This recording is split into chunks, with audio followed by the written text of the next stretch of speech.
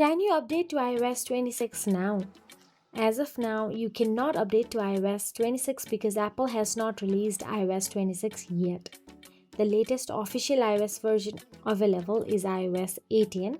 Whenever a new iOS version is released, you can update your iPhone for free through the Settings app. Tap on the Settings app from your iPhone home screen. Then, once inside the Settings app, tap on the General option available there. Then tap on the Software Update. If you want to stay up to date with the latest iOS features and security improvements, make sure your device supports the new update and keep an eye on official announcements from Apple.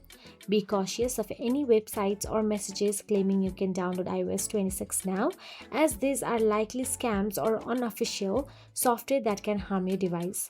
Always update only through official Apple channels to ensure your iPhone stays safe and works properly. So that is it. If you found this video helpful, please like, share and subscribe, and thank you so much for watching.